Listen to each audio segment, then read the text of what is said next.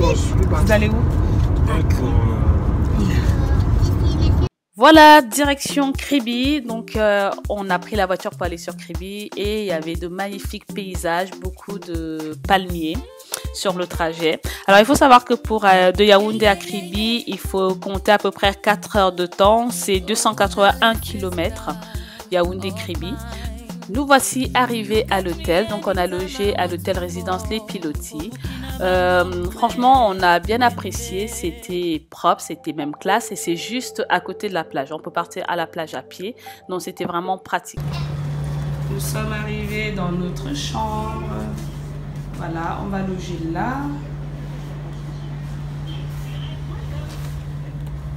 Petite déco. Ça, c'est pour les fumeurs, ça. Les non-fumeurs. La télé, le lit, la salle de bain. Là, c'est propre.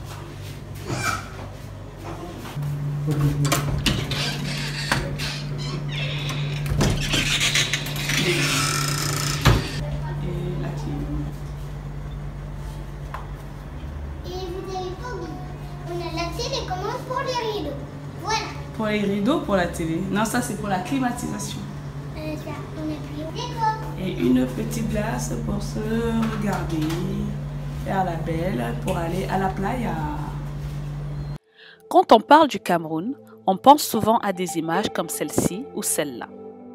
Le Cameroun n'est pas connu pour être une destination touristique et pourtant, à 180 km de Douala et à 281 km de Yaoundé, ce sont des plages de sable qui s'étendent à perte de vue. Kribi est connu pour être la station balnéaire du Cameroun. Ici, tout est fait pour laisser place à la paresse. Quand tu viens visiter le Cameroun, tu ne peux pas partir sans visiter le sud du Cameroun, en particulier Kribi. Maman, je vois un gros truc. C'est quoi le gros truc là, qui est là-bas, maman? Là-bas, tu te fous? Oui. Ah ouais, c'est vrai, c'est quoi ça? Je sais pas du tout. Et regarde, il y a un petit truc. Non, c'est comme si le programme...